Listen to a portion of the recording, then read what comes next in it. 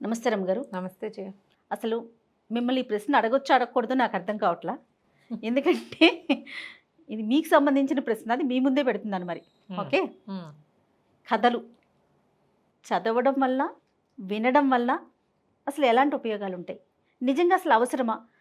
పెద్దవాళ్ళు పిల్లలకి కథలు చెప్పడం వల్ల అసలు ఎలాంటి ప్రయోజనాలు ఉంటాయంటారు? ఎన్ని కాదు జయ, దాంతో మాటల్లో చెప్పలేమా? మాటల్లో చెప్పలేం.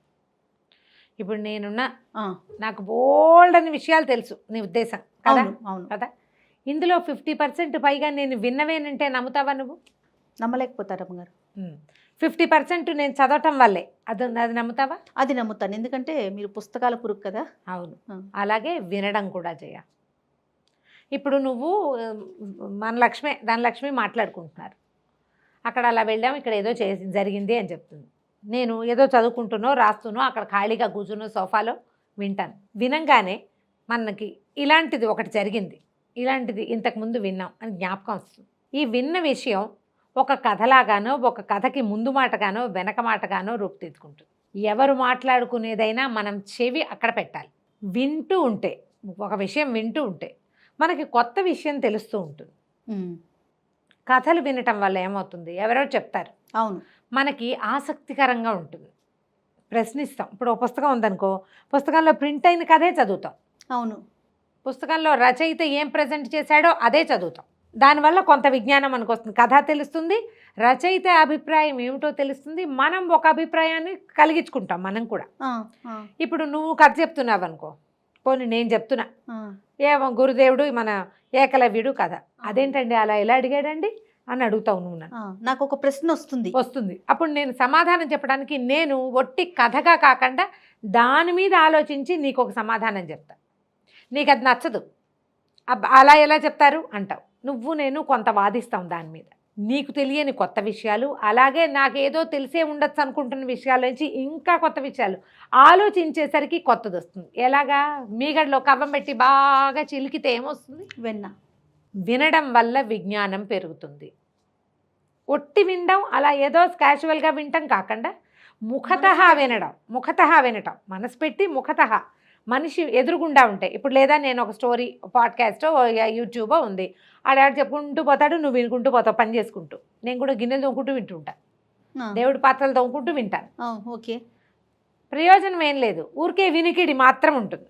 ముఖతః విన్నావు. అమ్మ కథ చెప్తోంది పిల్లాడికి, చెప్తుంటే కోతి ఏం చేసిందో తెలుసా అంటే, ఏం చేసింది? కోతి పైనుంచి దూకింది. అలా ఎలా దూకుతుందమ్మా కోతి అంటాడు. కోతులు దూకుతాయిరా, అవి ఇలా చేస్తాయి. దాని మీద ఇంకొక 2-3 వాక్యాలు చెప్తాం. కోతి దూకింది దగ్గర నుంచి అది ఎలా దూకగలదు, ఏం చేయగలదు, ఫలానా కథలో ఆంజనేయుడు ఇలా దూకాడు. విజ్ఞానం పెరుగుతుంది కదా. ఇప్పుడు పిల్లాడు తల్లి ఏం మాట్లాడుకుంటారు రోజువారీ, ఏమిటి ఇవాళ నీ రోజు ఎలా గడిచింది అని అడుగుతుంది తల్లి. వాడేదో స్కూల్లో అదే అదో చెప్తాడు. తర్వాత అమ్మ నేను గిన్నెలు తోమాను, నుంచున్నాను, పడుకున్నాను, అక్కడికి వెళ్ళాను, అవన్నీ చెప్తుందా? ఆఫీసులో విషయాలు ఎంతమంది తల్లులు పిల్లలకి చెప్పగలుగుతారు? ఏవో 2 మాటలు చెప్తారు. ఏదో ఒక సిచ్యువేషన్ ఉంటే, ఈ జరిగేవన్నీ చెప్పుకోలేం కదా. ప్రతి విషయం పిల్లలతో చెప్పేవి కూడా ఉండవు, పిల్లాడికి ఉండవు. వాడు అన్నీ చెప్పండి, నీకు చెప్పరండి, వాళ్ళు చెప్పరు. అప్పుడు నువ్వు పిల్లాడు కలిసి ఉండేందుకు ఒక బంధం, ఒక విషయం కావాలి, అది కథ. ఏదో ఒకటి చెప్పటం, ఆ గొంతు, తల్లి కంఠము, తల్లి మాట్లాడే మాటలు, తల్లి చెప్పగలిగే ధర్మపన్నము, తల్లి ఇచ్చే వివరణ, అవి పిల్లాడు వాటిలోంచి విషయ పరిజ్ఞానం తీసుకుంటూ ఉంటాడు. ఈ వినే అలవాటు ఉన్న పిల్లలు ఏం చెప్పినా వింటారు. అందుకని పిల్లలకి కథలు వినడం అలవాటు కావాలి. నీకు రావు కథలు, మాకు రావండి, చదువు చక్కగా కథల పుస్తకం పెట్టుకో. అనగా ఒక ఊళ్ళో ఒక రాజుగారు ఉన్నారు, రాజుగారికి అని నువ్వు చెప్పేటప్పుడు ఆ గడగడ అని చదివేయకుండా పిల్లాడికి నచ్చేలా చదువుతుంది కదా తల్లి. ఖచ్చితంగా వాడికి అర్థమయ్యే భాషలో మెల్లిగా తల్లి పిల్లల బంధం పెరుగుతుంది, లేదా తండ్రి చదివితే తండ్రి పిల్లల బంధం పెరుగుతుంది. వింటారు, పాట వింటారు. ఇదివరకు తాతో నాయనమ్మో ఎవరో అమ్మలు పని చేసుకుంటుంటే అవ్వలు కథలు చెప్పేవాళ్ళు. అవ్వ మనవడి బంధం కూడా పెరిగేది కదా. అవును, ఇంట్లో ఓ పెద్దమ్మ ఉంటే అందరికీ చెప్తుంది కథలు. దీంతో పాటు చదవటం, ఇది వినికిడి గురించి. చదవటం అనుకో, నీకు కొత్త ప్రపంచం ఆవిష్కరింపబడాలి అంటే నువ్వు ఏదో ఒకటి తెలుసుకోవాలి. చదవడం దానికి ముఖ్యమైన సాధనం. నేను ఇవాళ చెప్పే చాలా విషయాలు నేను బాగా చిన్నప్పుడు చదివినవంటే నమ్మలేరు అసలు. ఎలా గుర్తుంటాయి రమ్మగారు మీకు? సహజంగానే జయ, అందులో పెద్ద విషయం ఏం లేదు, మర్చిపోయేలాంటి విషయాలు కూడా కావు కదా. ఇప్పుడు మనం దాని మీద మాట్లాడుతూ ఉంటే వస్తుంది. ఇప్పుడు నువ్వు ఇప్పటికిప్పుడు అడిగావు, నేనేం ఆలోచించలేదు, చదవలేదు కదా, అప్పటికప్పుడే మాట్లాడేస్తున్నా కదా. అవును. బ్రెయిన్ మానవుల మేధస్సు అలాంటిది. గుర్తుపెట్టుకోవడానికి ఒక సంఘటన, ముందెవరు కత్తి తీశారు, అలాంటివి జ్ఞాపకం ఉండవు. మా అన్నయ్య నేను కొట్టుకున్నాం అని చెప్పాను అనుకో నీకు చిన్నప్పుడు, అవునవును. అన్నయ్య ముందెవరు కొట్టారు, అన్నయ్య ముట్టికాయ కొట్టాడా, కర్రతో కొట్టాడా, పుల్లతో కొట్టాడా, అన్నయ్య ఎక్కడ కూర్చుని ఎక్కడి నుంచి దూకాడు, అవేం జ్ఞాపకం ఉండవు. కొట్టుకున్న సంగతి గుర్తుంది కదా. అసలు విషయం అయితే గుర్తుంటుంది. ఇవి కూడా అంతే. అసలు విషయం గుర్తుంటే దాని మీద మనం చదివిన దాని మీద ఇంకా మన బ్రెయిన్ ప్లస్ అవుతుంది. ఇప్పుడు నేను ఒక కథ చెప్తాను నీకు, కథ మామూలు కథ, అదే పుస్తకం నువ్వు చందమామ కథ చదివితే చందమామ కథగానే ఉంటుంది, నేను చెప్తే వేరేగా ఉంటుంది. అవును, 100% వేరుంటుందండి, అసలు అందులో సందేహమే లేదు. ఫ్రేమ్ ఉంటుంది. ఫ్రేమ్ మీద నేను చదివేసిన వాడి తాలూకు ఆలోచనలు కొత్త లతల్లాగా అల్లుకుంటాయి, కొత్తగా ఇంటర్ప్రెట్ చేయగలుగుతాం. కథలో ఒక రచయిత భావం ఏదైనా బ్రీఫ్గా రాస్తారు. చందమామ కథలు ఏమిటి, ఒక పూర్వం 2 అన్నదమ్ములు ఉండేవాళ్ళు, అన్నదమ్ములకి వాళ్ళకి వ్యవసాయమే ఆధారం, వాళ్ళ నాన్న వాళ్ళకు ఒక మామిడి చెట్టు ఇచ్చాడు. ఇది మొదటి వాక్యాలు అనుకో. ఇప్పుడు నేనేం చెప్తా, ఇది వరకు ఊళ్ళల్లో ఉండేవాళ్ళు, అప్పుడు ఏముండేవి కాదు వ్యవసాయాలే. నేను 10 నిమిషాలు మాట్లాడతాను, ఆ రోజుల్లో ఏముండేదో నేను చెప్తున్నా.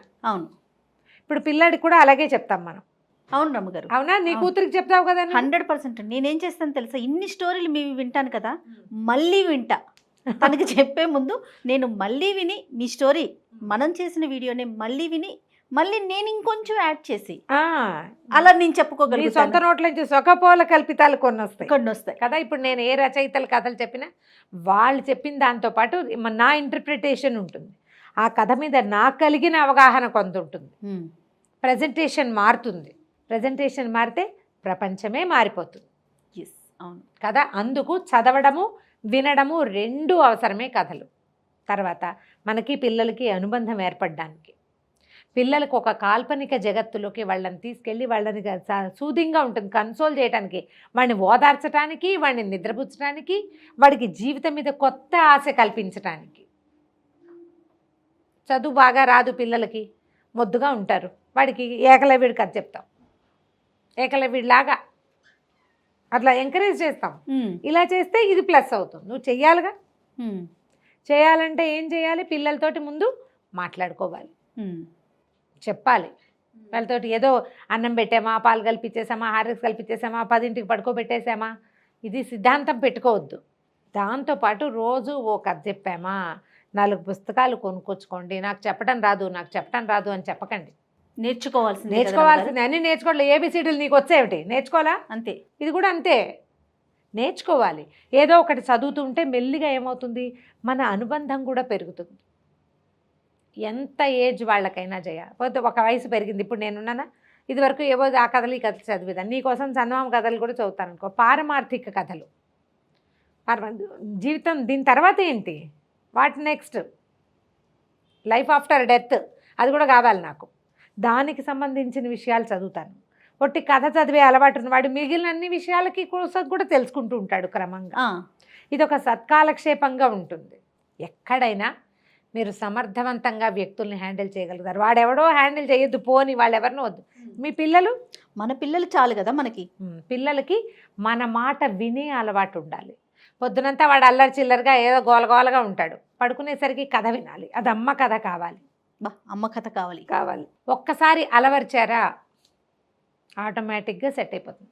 అమ్మ ఏదైనా కథ చెప్పు అనాలి పిల్లలు, నా కూతురులాగా అనేలాగా చేయగలగాలి. మా కమలి కొడుకు ఎంతున్నాడు చేయించుగా, కుటియాము ఒక కథ చెప్పు అంటాడు, అదే పాట వాడికి. నాయనమ్మ అంటున్నది ఆము అంటాడు, అలాగే నేను కుటియాము వాడికి ఒక కథ చెప్పు, ఏదైనా ఒక కథ వినేస్తాడు, 10 వాక్యాలు వెళ్ళిపోతాడు. తర్వాత వాడు వాళ్ళ అమ్మకి చెప్తాడనమాట, కుటియాము ఒక కథ చెప్పింది నాకు. వింటున్నాడు బాగా. వినేవాళ్ళ పిల్లలు ఉంటే బ్రహ్మాండం, వినని వాడిని రాత్రిపూట కూర్చోబెట్టండి, మంచం మీద పడుకున్నాక వాడు ఎక్కడికి పారిపోతాడు, అదే కదా, వాడు ఎక్కడికి పారిపోడు కదా. ఎప్పుడు కూడా చదవటము వినటము ఇచ్చినంత ప్రయోజనాన్ని ఇంకా ఏది ఇవ్వదు. చదవటం, ఇప్పుడు ఒకవేళ మనం ఒంటరిగా ఉన్నాం, జీవిత చరమాంకంలోకి వెళ్ళిపోతాం, పిల్లలు పెద్దవాళ్ళు అయిపోతారు, వాళ్ళ దారి వాళ్ళది, మన దారి మనది, వాళ్ళు ఎక్కడికో రెక్కలు చెగిరిపోతారు, మనమే మిగులుతాం. ఏదో ఓపికండి అన్నం వండుకుంటాం, ఏదో మొక్క మోడు అవి వాకిలి ఇల్లు వాకిలి చూసుకుంటాం. కాలక్షేపం ఖచ్చితంగా చదవటమే. చదవటం అంత మంచి కాలక్షేపం ఇంకొకటి లేనే లేదు. ఇప్పుడు నేను ఇక్కడికి రాకపోతే నేను ఇంట్లో ఏం చేస్తాను జయ? ఏదో సినిమా చూస్తా, కాసేపు ఎంతసేపు చూస్తాం? సీరియల్స్ నేను చూసేది ఏం లేదు. ఏదో ఒక పుస్తకం, నేను చెప్పాను వంటలు పిండి వంటలైనా మళ్ళీ చదువుకుంటాను ఇంకోసారి. నేను చదవటం అంత ద బెస్ట్ కాలక్షేపం ఇంకొకటి లేనే లేదు. అలవర్చుకోండి, పిల్లలకి నేర్పించండి, కథలు చెప్పండి, ఏదైనా ఒక మంచి విషయం గురించి డిస్కస్ చేయటం, వాళ్ళతో మాట్లాడడం. తర్వాత అసలు మీ మాట వాళ్ళు వినాలంటే మీ మాట వినే అలవాటు ఉండాలిగా, అలవాటు ఉండాలి కదా, అలవాటు చేయండి. తప్పకుండా అండి. దానికి కథలని మంచి మార్గంగా తీసుకోవచ్చు. పిల్లల పెంపకంలో ఒక భాగం ఏంటంటే మనం చదివి చెప్పటం, లేదా ఎక్కడైనా తెలుసుకుని చెప్పటం, మన మాట వాళ్ళు వినేలాగా చెప్పటం. అది డే 1 నుంచి మొదలు పెట్టచ్చు. చిన్న పిల్లలు అప్పటి నుంచి కథ స్టార్ట్ చేయొచ్చు.